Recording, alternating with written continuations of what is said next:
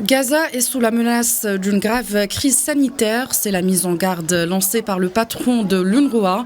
Philippe Lazzarini alerte sur la situation humanitaire qui se dégrade de manière très inquiétante dans l'enclave palestinienne.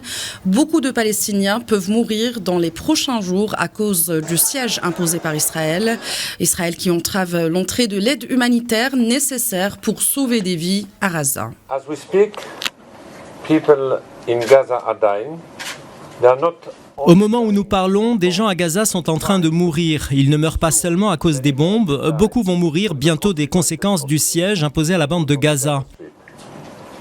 Basic services are crumbling. Les services de base s'effondrent, les médicaments s'épuisent, l'eau et la nourriture manquent cruellement. The streets of Gaza have started overflowing. Les rues de Gaza débordent d'eau usée. La bande de Gaza est au bord d'un grave danger sanitaire et le risque de maladie se profile. Une situation humanitaire alarmante et des tonnes d'aide humanitaire bloquées au point de passage de Rafah. Après un premier avertissement il y a 2 jours déjà, l'agence onusienne rappelle à nouveau que sans carburant et ne peut plus fournir l'aide nécessaire aux 2 400 000 habitants de Gaza. J'avais prévenu que nous ne pourrons plus poursuivre notre opération humanitaire à Gaza si nous n'obtenons pas de carburant. Mon avertissement est toujours valable. Ces derniers jours, l'UNRWA a drastiquement limité sa consommation de carburant, mais cela a eu un coût.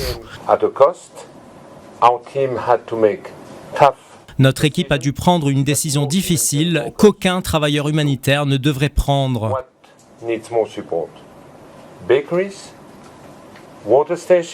Qu'est-ce qui a besoin de plus de soutien? Les boulangeries, les stations d'eau, les générateurs dans les hôpitaux, tout cela a besoin de carburant pour fonctionner.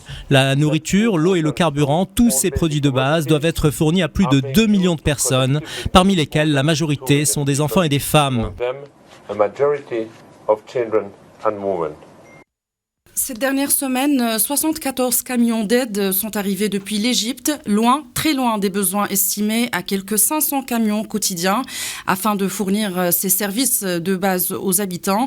Selon l'ONU, l'entrée de ces camions ne signifie aucunement que le siège est levé.